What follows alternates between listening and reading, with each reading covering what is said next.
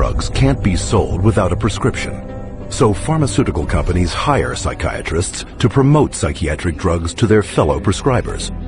The money trail starts at the world's most prestigious medical schools, in the offices of highly influential university-based or academic psychiatrists.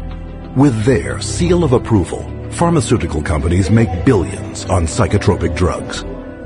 There are a lot of academic psychiatrists especially who have ties to 10 or 15 or 20 different pharmaceutical companies, and so they're making a very large amount of money. Whether they're professors or whether they work at big, medical institutions, those drug companies will make sure that they've got them on the payroll somehow. They'll have this person feed this information to their other peers, but it's all being motivated through monies being funded by pharmaceutical companies. About 40% of the early stage marketing dollars for pharmaceutical companies go straight to these thought leaders, psychiatrists.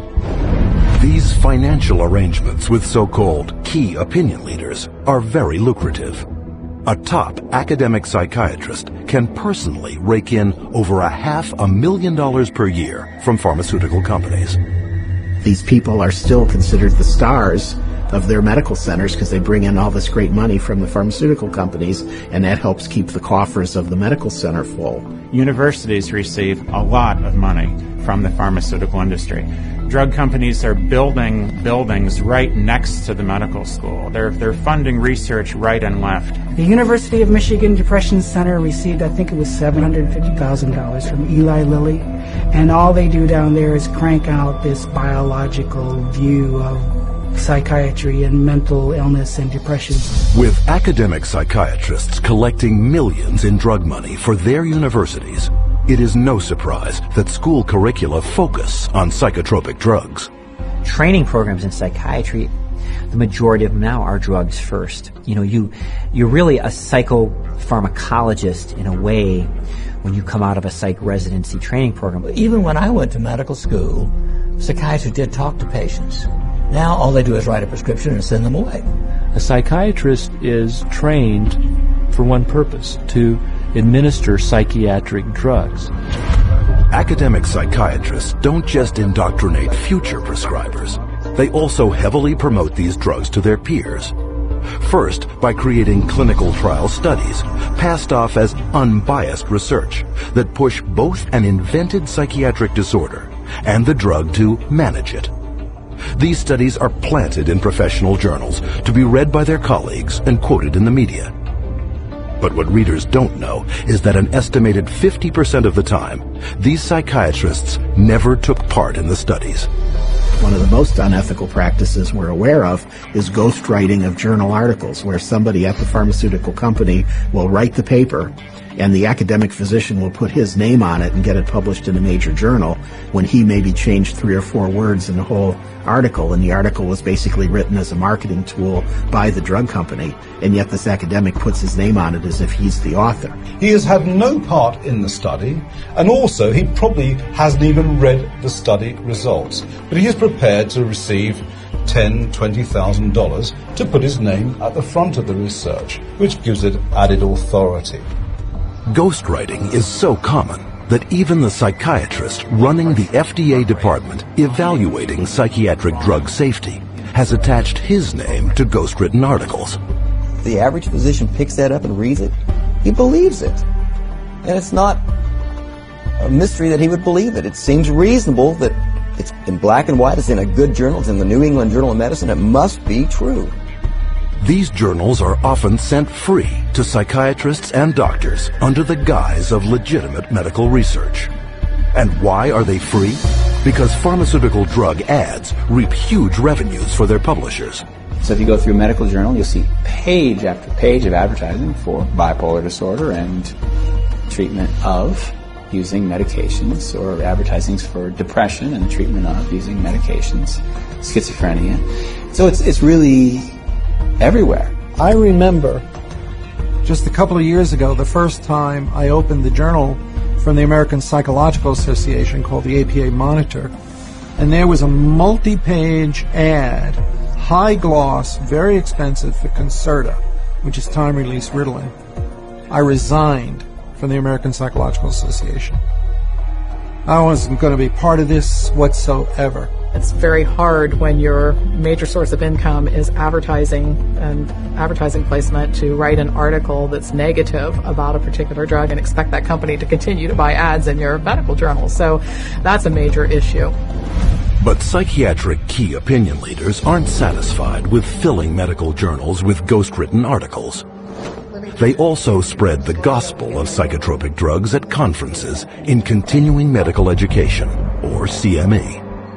Physicians and nurse practitioners and physicians assistants are mandated to take a certain amount of continuing education credits every year. Well, 70% of all continuing medical education is now funded by the pharmaceutical industry. That seminar is going to be taught by a professional who is employed by the pharmaceutical company.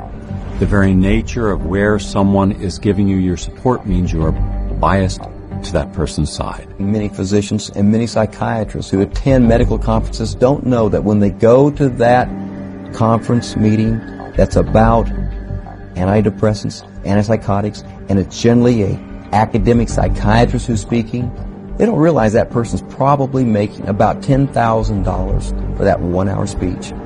But you don't have to be an academic psychiatrist to get a piece of the pie. Psychiatrists who heavily prescribe psychotropic drugs are generously rewarded by pharmaceutical sales representatives for drumming up local business. Psychiatrists, especially high prescribers, are targeted and gifted extensively by the industry. Now that gifting is where you need to get specific. That was not unusual during our marketing conversations to say, well, what's our top drug writer? You know, who's the doctor that's prescribing the most of this drug? Well, you know, let's send them to the Kentucky Derby. We offered trips on some occasions to come out and hear a 2-hour talk, but it happened to be on a nice island in Hawaii. There were a lot of things that we did day in and day out to try to get the doctors to write our drugs, or in my case, to write for the psychiatric drugs. We did a lot of lunches and dinners, and we brought in speakers, and those speakers were obviously paid by us, and we would wave, renowned studies at them from renowned journals. But of course, we would never say that these studies were paid for by our company, and that it was written by a ghostwriter who was paid by our company, or that our company tends to do a ton of advertising within that particular medical journal. We would never say that. With over 300 million psychiatric drug prescriptions written every year, high prescribing psychiatrists are richly rewarded for opening up new markets. They receive up to 25% more pharmaceutical money than any other medical specialty. An average in one state of more than $45,000 per top psychiatrist per year. Psychiatrists get more kickback from the pharmaceutical companies than any other branch of medicine. The profession of psychiatry couldn't keep its journals afloat, couldn't keep its conferences afloat, couldn't keep its organizations afloat without money from drug companies. The drug companies really have psychiatry in their pocket. This is a profession whose diagnoses have been heavily influenced by people who are heavily influenced by the pharmaceutical industry, and whose treatments are almost exclusively these days pharmaceuticals. We should be able to count on them. I do not believe that we can. Due to the ceaseless promotion by psychiatrists, psychotropic drug prescription has permeated not just psychiatry, but the entire medical profession. But this promotional campaign has a second prong that lines the pockets of psychiatrists more than any other. And this one directly targets you.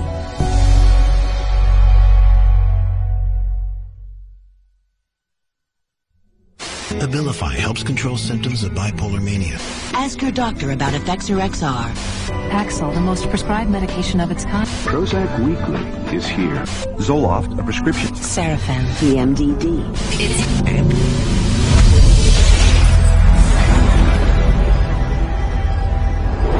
Psychiatrists and drug companies don't hype psychiatric drugs only to fellow prescribers. They also pitch them straight to the end user, you, counting on you to walk into their offices and demand a prescription. The direct-to-consumer advertising is is instilling the notion in every human being that something is mentally wrong, something needs correction. That drives people to see a psychiatrist to help to mitigate this by dispensing the medication, by dispensing a drug that they have had pushed on them on countless television ads, countless magazine ads, and countless print ads that say, hey, there's something wrong with you, go get help for it. Nowhere is this explosion of direct-to-consumer advertising more obvious than on television. It wasn't always this way. Until recently, advertising psychiatric drugs on TV was severely restricted. But in 1997, the FDA was persuaded to relax their rules on advertising in the media, in direct violation of Article 10 of an international treaty signed at the United Nations. Every 5 minutes there's a new drug ad. And this is not by accident. This is cold, canny, scientific design. Ads are fundamentally of two types. One type of ad is a effort to try to get the patient to take the drug company's drug. Abilify helps control symptoms of bipolar mania and reduce... But then the second kind of direct-to-consumer advertising is the you're sick and you didn't know it advertising.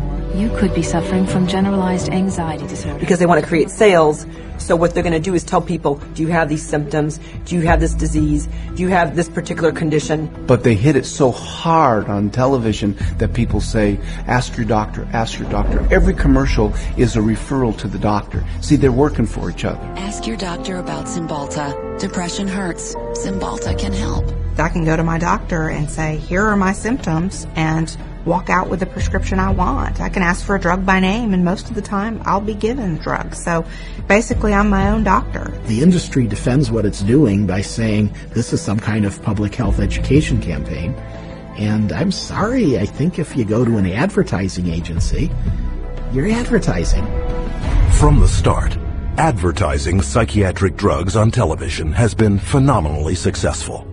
In just the first 3 years, sales of psychiatric drugs skyrocketed by 250%. With grosses now hitting record levels, the drug industry is spending $2.9 billion a year in TV advertising alone.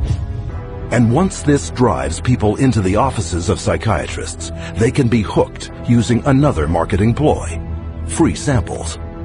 The industry is willing to give out millions of dollars worth of free samples because it generates billions of dollars in sales. You want a prescription and you want Prozac written forever as a maintenance therapy. So you establish that with some free Prozac up front. Here, take this sample. It doesn't cost you anything. And then if you like it or if it seems to work, then we'll make a prescription. But you're going to have to pay for that prescription. The sample is free. So it's really a marketing technique. They got a cash cow.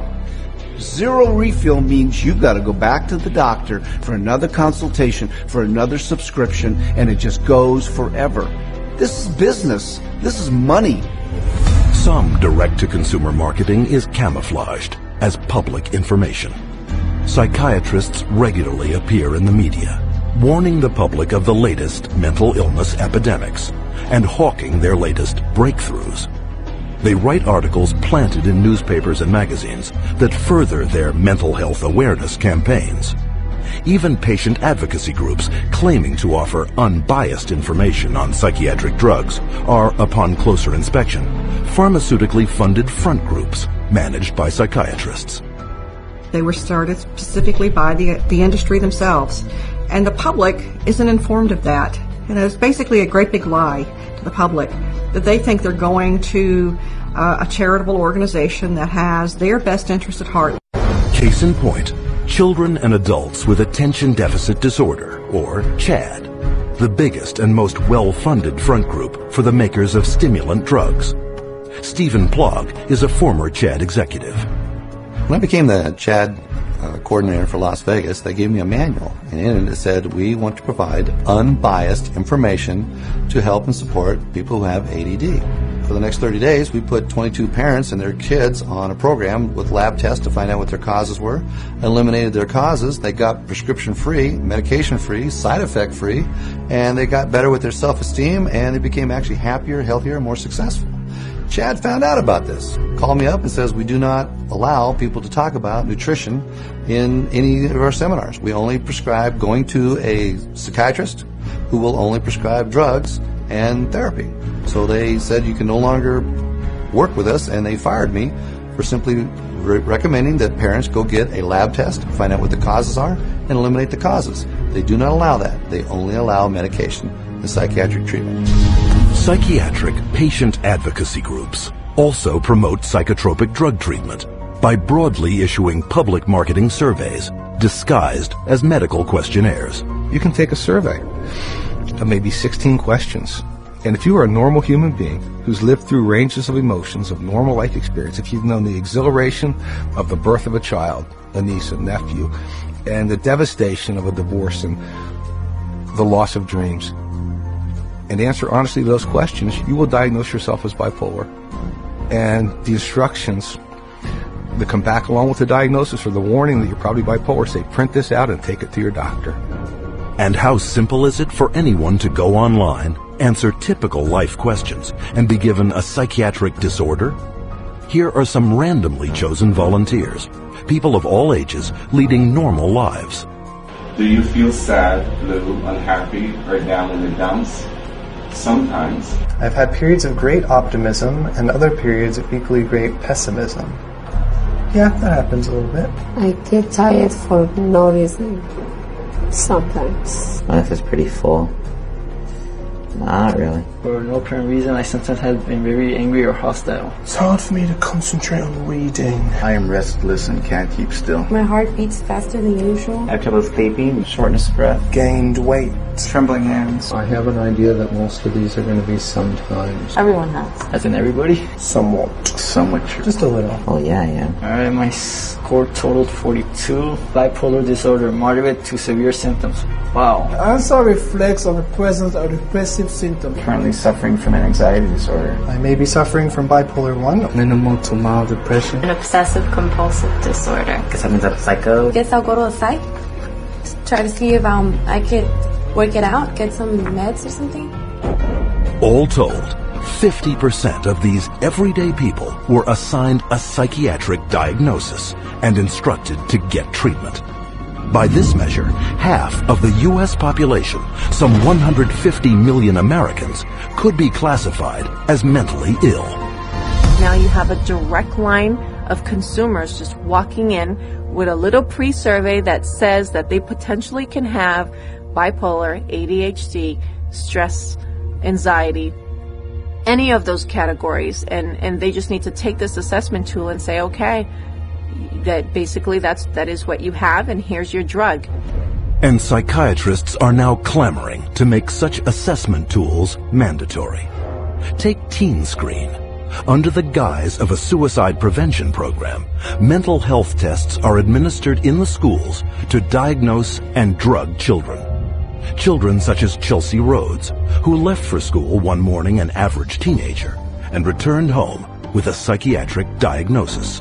The Rhodes family in Indiana, their young girl went to school one day, and all of a sudden they told her they were taking her into her room, and they move her into her room and give her the 10-minute teen screen test. And shortly after taking the test, she's pulled aside in the hallway and she's told she has two problems, basically, two mental problems. One, obsessive compulsive disorder, and social anxiety disorder. Her parents were stunned, dumbfounded. They didn't know that Teen Screen was going to screen their child. They had not been asked permission. People at school had told her that she was mentally ill with these two conditions based off of a computer test that took her 10 minutes to answer. One of the questions was worded, if Chelsea went out a lot. She answered no. We'd ask her why she answered that way. She said, because Mom, you and Dad don't allow us to go out on school nights. I have to be home to do my homework and take care of our household chores. The other question was, do you ever feel nervous or anxious when you're in front of a group of your friends or peers? Chelsea answered yes. She explained to us that because when she has to stand up in front of a group of people and give a book report in one of her classes, she's very nervous. You know, I'm 43 years old and I'm nervous in front of every one of you today, but that doesn't make me mentally ill. I absolutely believe that the survey for Teen Screen was intentionally structured to flag as many children as possible as having a possible mental health problem. And who created Teen Screen and wrote its survey? Dr. David Schaffer, a psychiatrist with extensive ties to the pharmaceutical industry. Schaffer's questionnaire is anything but scientific. In a study he himself conducted, Schaffer admitted that 84% of all students were falsely flagged as suicidal. But what was not admitted is how traumatic the consequences can be. Alea Gleason was only 11 years old when she took a screening test at her middle school in Texas. It was 7th grade, and they had all the girls go into the cafeteria because they said that a lot of girls have depression, so they was working on some depression screen. Next thing I know, there's those middle schools tell my husband now that CPS is there at the school taking Alea because she's suicidal. I'm like, suicide? I'm not trying to kill myself. I love myself. I've always loved myself. So I don't know if she was eating at the school or they already taken her away. When they took Alea, my girls and I, we didn't sleep for about a good 3 days. For the first 3 days, because my house was empty without her. And they was making me sign papers talking about if you don't take these medicines, you can't see your parents.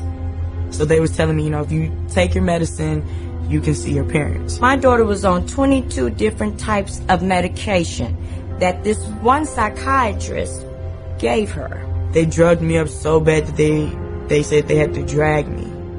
And I used to wonder how I got to my room. When I saw for myself what they were giving her and how much and how often, I just thought, they're going to kill this child. And the parents were helpless. Then after a while, that's when I was just like, I'm not about to take no more medicine until I call my parents. And then that's when they was like, okay, well, we're going to give it to you anyways. They restrained me and shot me up. I was in 4 points. They laid me out on my stomach and my feet like this and tied me up. One day, they must have put her in about 12 restraints in one day. They said I was restrained about 70 or 80 times. After a couple of months, they was like, your parents don't want to see you. They don't want to talk to you or anything. So I was really hurt. We tried everything. Nobody know. We didn't know what hospital. We didn't even know where they taking her. After 2 weeks, you're supposed to hear or you're supposed to be able to see your child. They didn't give me that. I didn't see Alea till 6 months later. But I was a good child. I didn't deserve for that. And it messed up a lot of things. To this day, I still wish that I could just go back and be like, man, you know what? I'm not even going to take the test. I would always tell every parent I see, and they was asking me, don't do the teen screening, because it will mess up your family. Psychiatric screening programs such as these are fast on the rise. Teen Screen alone is currently screening hundreds of thousands of school children in over 500 American schools in 43 states. Has nothing to do with helping kids, has nothing to do with mental health, has nothing to do with medicine. It has everything to do with the pushing of drugs. So it presents itself as being a wonderful, altruistic program, whereas in fact, I believe its cold-blooded and cold-hearted intent is to recruit more children into the very subjective diagnoses of mental illness and to treat those kids with medication. But the psychiatric drug push doesn't end in the classroom. Legislation has been put in place to screen all citizens for mental illness, including geriatric patients, war veterans, and pregnant mothers, all to be paid for by you.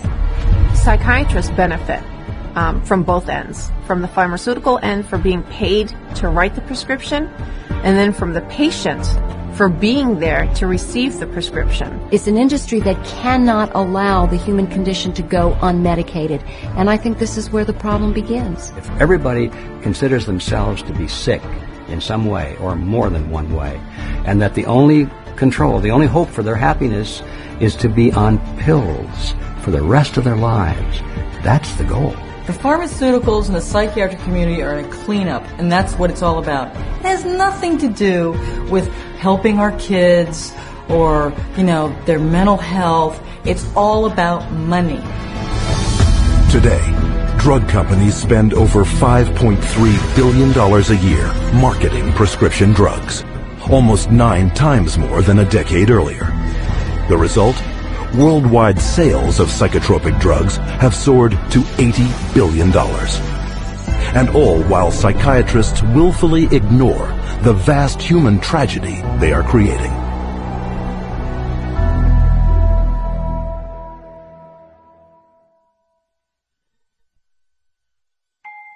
I'm 10 years old, and I'm going to read, I think, the side effects of a drug called Daytriana. The drug Adderall. Luvox. Cymbalta. Gildon. Lexapro. Namenda. I have a question.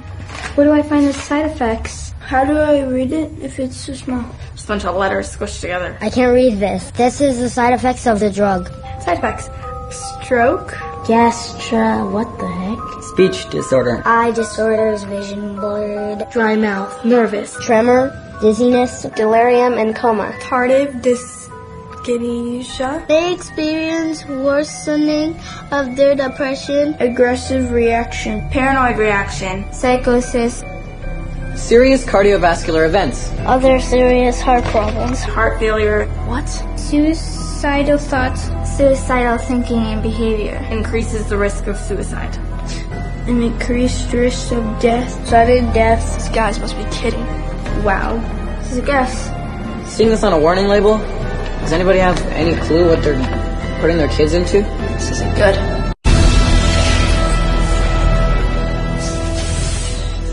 No drug has side effects. They're all effects. Side effect is just a way that doctors explain away the effects that they don't like or you won't like, but they're effects. These are the effects of these drugs. They're not just what might happen to you, they're what happen more often than not. We name them side effects because they're an unintended consequence. The antidepressant drugs not only don't make you happy, they have all kinds of negative effects on the system as a whole. These drugs are absorbed and distributed throughout your entire body, so they have side effects through all of your tissues and organs, including your liver and your kidneys and your nervous system. They destroy the brain, the neural net. They literally kill brain cells and cause all kinds of brain disorders. That's why we have they're not side effects, they're direct effects. But while psychiatrists continually downplay the multitude of severe health risks to the public, candidly, they had no problem admitting them to our cameras. I think I tell them the main side effects.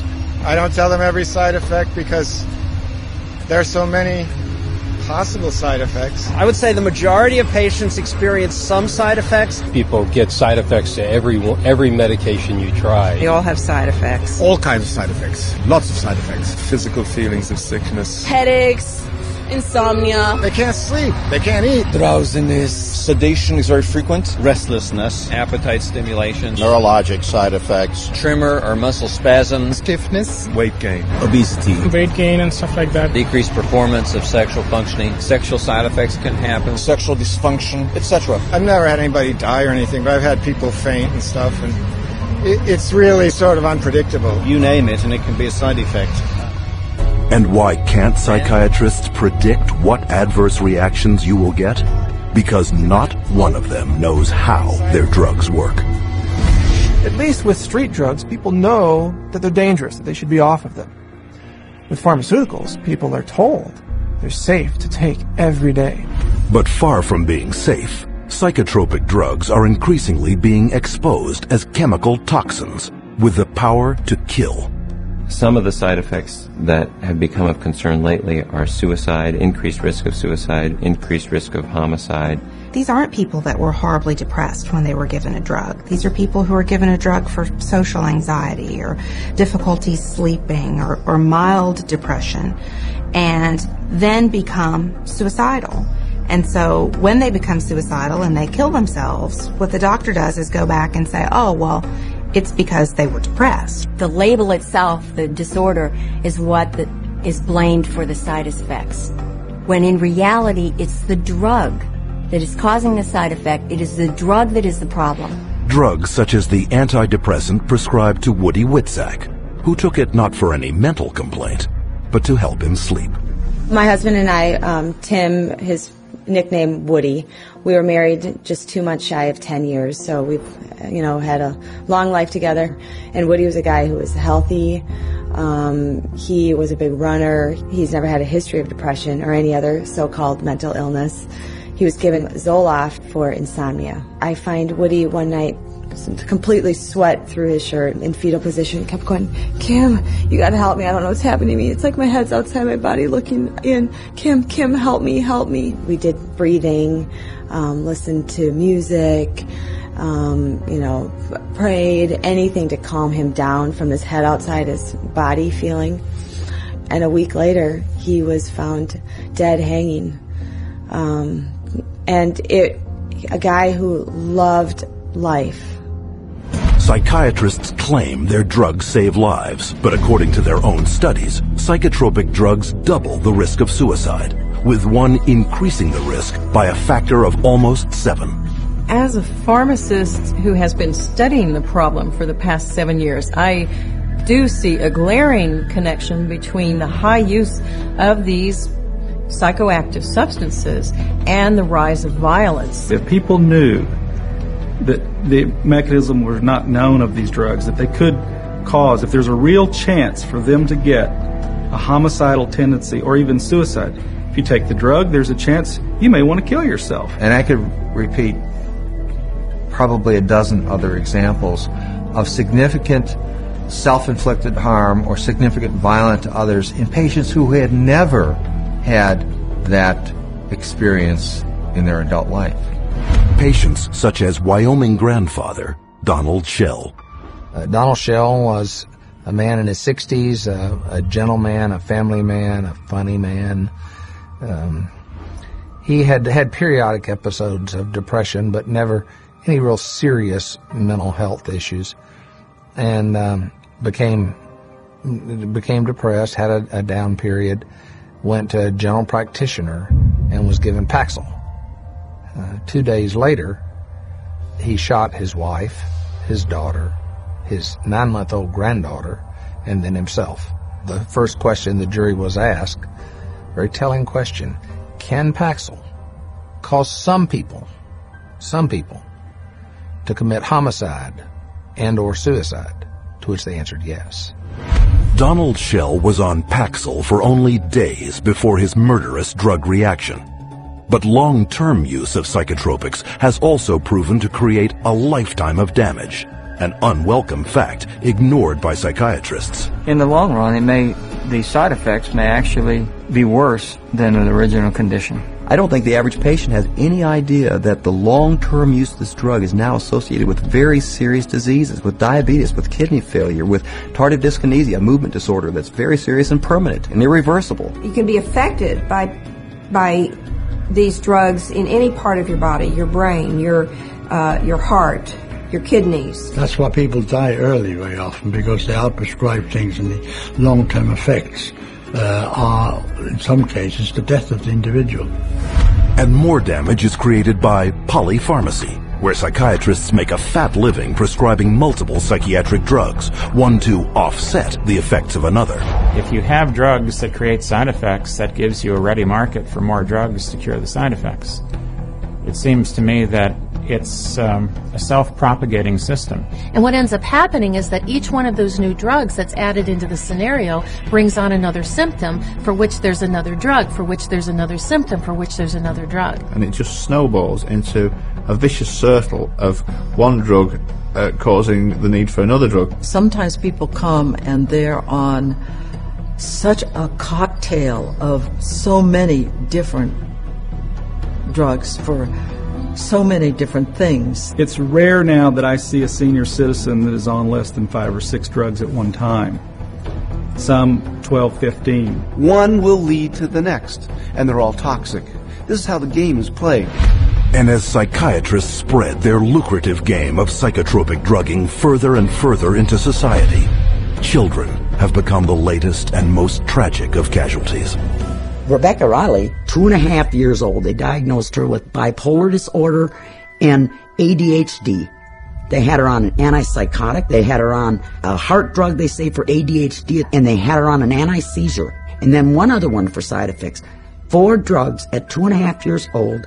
She can't even zip up her own pants. She's like a little rag doll. The school nurse, 2 teachers, the principal, the social worker, all said they never seen any behavior in this little 4-year-old girl that would warrant these kind of medications. And all specifically called this doctor and said, please take her off these. She died at a little over 4 years old. This little girl that didn't have a chance, and the psychiatrist just let her. Instead of standing trial and facing prison time, Rebecca Riley's psychiatrist, Dr. Keiko Kifuji, hasn't even lost her license. One might well ask how psychiatrists get away with it. The answer lies in a legal concept known as standard of care. The standard of care is based on what do other doctors do? What would a reasonable physician do in this situation? And the reality is that what most physicians do is prescribe medications. As long as they've done their paperwork properly and documented that this child had the symptoms that led them to this conclusion, they appear to be completely protected from any kind of a lawsuit as a result. The standard of care is what allows doctors to seriously injure or even kill a patient with total impunity. So the standard of care now has been implemented to where you can get away with, if you're a medical doctor, psychiatrist, you can get away with murder. And the death count keeps rising. Psychotropic drugs now kill an estimated 42,000 people every year. The cost to society is very real and very devastating. But the medicine they're practicing isn't real. It's a hoax. Profit always comes before patient safety, and they take a very short-sighted view. It's all about how can we make money today, not what price are we going to pay tomorrow. The trail of destruction that a psychiatrist leaves in his path is of no concern to that guy. It's all that money. And the money is big. Psychiatry is today over a $300 billion industry without a single cure. And as more and more breakthroughs are promised by psychiatrists, their running total of sick, injured, and dead victims continues to escalate. Unprotected, it is the public, you, who must fend for themselves.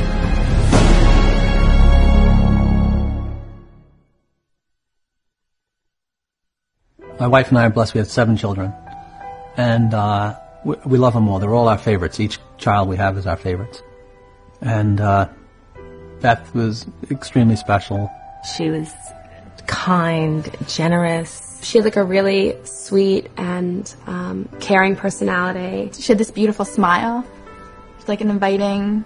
She could make friends with basically any stranger on the street and get a smile or a laugh out of them. Beth was having a hard time sleeping for maybe 4, 5, or 6 weeks. And so we said, Beth, you should go to the doctor and get something to help you sleep. He said, okay, well, I'll try to give you something to lessen your anxiety, and it should help you sleep. Within 5 minutes, a 5-minute visit, he prescribed her Paxil. When I first saw Beth right after she went on the Paxil, she was different. Like, I felt like she was drugged. And by the 2nd or 3rd day, she's like, I don't know, I just don't feel right. You know, I feel strange in my skin. But after about 3 or 4 days, I remember that Beth was, at times, very different, like sullen, keeping to herself. My mom and her were having dinner, and she said she didn't have any real emotion. Like, she kind of felt emotionally numb. She was like a different person. Like, she just seemed like she was under the influence of something. She didn't seem like herself. She seemed like she was tripping out. I talked to her on the phone, and she told me she didn't want to be there. And I was like, why don't you want to be there? She's like, I just don't feel like myself. I just feel like crazy. I just don't feel right. I truly believe that she was hallucinating maybe and going in and out of this psychotic state at this point. It seemed like she was melting down, like emotionally. She was becoming worse every day. I said, are you suicidal? I actually asked her. And she laughed at me. And she said, no, I would never do that. And I'm thinking in my mind, I'm just going to lay down next to her and I'll rub her head and I'll talk to her and we'll try to figure out what we're going to do because something's not right here. And My son Matthew was right behind me, going upstairs. And when I got to the top of the stairs, I saw her hanging in the hallway. Then the police were all over the place, and people were coming and going, and about 4 hours after my daughter died, one of my friends came over and said, I was speaking to so-and-so, one of our other friends, and she said, Beth must have been on Paxil. That's the only way she would kill herself. It just wasn't her. There was nothing in her that would have done that. She was the most non-violent, gentle. It's a violent way to die. It had to be the drug. There was no other answer. If we knew what we knew now, Beth would be here with us today. I know that for a fact. The tragic story of Beth Winter is just one of many, a tale repeated wherever psychiatric drugs are prescribed. But psychiatrists insist you believe that their drugs are safe and effective because they are the mental health experts and you are not. But case after case proves that trusting them can have disastrous consequences. Psychiatry is pseudoscience. It's false science. It cannot withstand rigorous review if people would just look at the evidence. If they help anyone, it's not worth the risk to the people that are harmed by them. They are betraying every customer they have. They don't know what they're doing, and we need to educate the public to use their feet and walk away.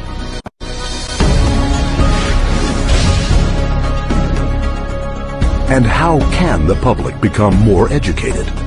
By exercising a central medical right, little known to the patient, but very familiar to psychiatrists. We want to be able to present the patient with alternatives. And one of the central ideas in ethics is informed consent. The components of informed consent are letting the person know, first of all, what the diagnosis is and what it's based on so that they can say, this is why we need to treat you. And secondly, what the treatment is. Every patient in the healthcare system has a right to informed consent. That is, they have a right to be told the risks and benefits of the treatment, the risks and benefits of alternative treatments, and the risks and benefits of no treatment at all. Patients should be totally informed, fully informed about every medication that the psychiatrist offers to them to take or says they should take. And studies confirm that very little full and accurate information about psychiatric drugs is getting through to the public. So what would full and accurate, informed consent on psychiatric drugs consist of? These medical doctors and experts have extensive experience in the subject. Their first point, psychiatric disorders are not actual diseases requiring medical treatment. It's true that there's no biological findings that really support any of these psychiatric diagnoses being medical illnesses. And the burden of proof really is the other way around. It's not that you have to prove that there is no biological science. The burden is on psychiatry to prove that there is. There's no blood test. There's no lab test. There's no X-ray. These are just clusters of behavior that a group of psychiatrists have voted that it's a disease. Can you imagine doctors having to have powwows to decide if a heart attack is a real disease or not? No, they don't have to decide that. They don't have to have a vote on that. They should be asking the doc, geez, doc, where's the chemical test for that? Where is the objective test for this? And I guarantee you that they'll be told, we don't have a chemical test for that. There is no such thing as a chemical imbalance. And any psychiatrist that you talk to, if you ask him this question, they'll all admit it in private, but they won't admit it in public. It's a scandal. So this is all subjective. Nothing objective about psychiatry. 2. There is no scientific proof that psychotropic drugs resolve any mental problems. Since there is no measurement for these psychiatric diagnoses, because they're really just subjective, for the same reason there really can't be a measurement for the effects of the drug. In terms of medication, the evidence that's claimed is the medications are highly effective and not very toxic. But actually, in fact, the data in psychiatry are very clear that that's not true. What is true is that the medications are barely, if at all, more effective than placebo. You're selling drugs to people under false premises, under a disease that's been invented. So how do you measure efficacy among a disease that doesn't even exist? 3. Psychotropic drugs mask symptoms and come with severe short and long-term side effects. Whatever problem you're being treated for, whether it's depression, real or otherwise, or cardiovascular disease, medicating away the symptoms is not solving the problem. The patent medication gives the appearance of having helped because in the short term, it usually doesn't show the bad effects that are going to happen in the long term. So it's very deceptive. The longer the patient's on the medication, the worse the prognosis is. None of these medications hit precise targets. You begin accumulating all kinds of collateral damage. In other words, other organs in the body are actually harmed. So for the first time, we're seeing kids in grade school or middle school who have type 2 diabetes and who have the beginning stages of cardiovascular disease. So you see Parkinson's disease, you see tardive dyskinesias, you see other movement disorders. Is it true that we're now seeing a lot of death from psychiatric drugs? Absolutely yes. 4. Psychotropic drugs can cause dependency and addiction. One of the hallmarks of informed consent with psychiatric meds is you have to discuss the potential for addiction. The vast majority of psychiatric drugs create psychological and physical dependency. Most patients that I've seen that were on these drugs have difficulty getting off of them. It's rare for somebody to just be able to stop it without a problem. 5. Most mental problems are caused by an underlying physical illness.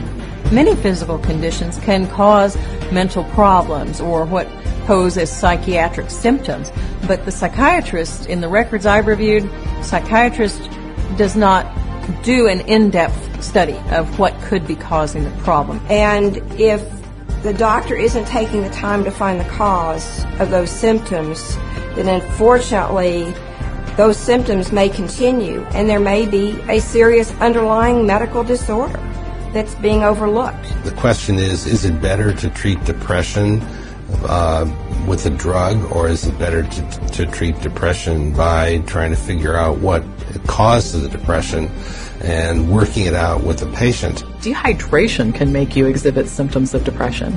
Sleeplessness can make you exhibit symptoms of depression. Eating a terrible diet, hypoglycemia, being sedentary, all of these things are biological reasons for having symptoms of depression. I have in my practice children who are misdiagnosed as having ADD, ADHD, who really have Lyme disease. 70% of all what are classified as mental illnesses actually have a physical cause, a physical problem causing that. 6.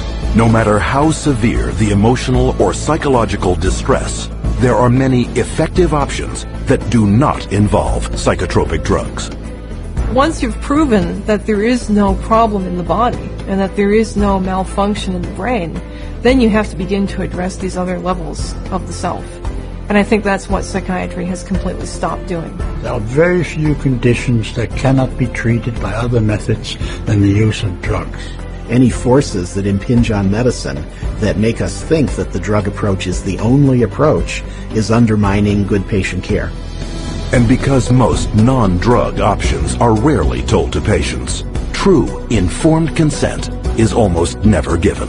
When you get into informed consent, it's almost a responsibility of the patient to make an inquiry about the hazards of the drug and not rely on what the psychiatrist or physician tells them. We can't go in and abdicate our responsibility as consumers simply because somebody has an MD after their name or someone is a psychiatrist and we think they know more than we do. The best way to protect yourself is to educate yourself, is to ask questions not only of your doctor, but to do your own research. Don't be ignorant. Be informed. Get information from as many places as you can. That's how you'll be an intelligent, skeptical consumer, and that's how you will protect the safety of yourself, your children, and your entire family from this industry of death known as modern psychiatry. And as modern psychiatry has permeated our world over the last 50 years, so too has psychotropic drugging. But there is a way to expose this medical abuse. by reporting all complaints and adverse psychiatric drug reactions to your National Drug Regulatory Agency. MedWatch is the federal reporting program in the United States. MedWatch is a voluntary reporting system, a passive reporting system where doctors, patients, healthcare providers, pharmacists, anybody really can make a report saying that they think that what they experienced or what their patient experienced was an adverse drug effect. And this is what we call post-marketing surveillance. And this begins to get a look at what the side effects of long-term or chronic use of these drugs really is. The FDA admits that probably only 1% of all the adverse drug effects are actually reported by patients or physicians. It is only through the reporting of all adverse drug reactions that the true scale of the horrors of psychotropic drugging will come to light. You have the facts. Share this video with your doctor, and don't allow yourself, your friends, or your loved ones to become the next statistic of the big business of psychotropic drugging. To find out more about psychiatry and psychotropic drugging, or to report a case of psychiatric abuse, contact the Citizens Commission on Human Rights.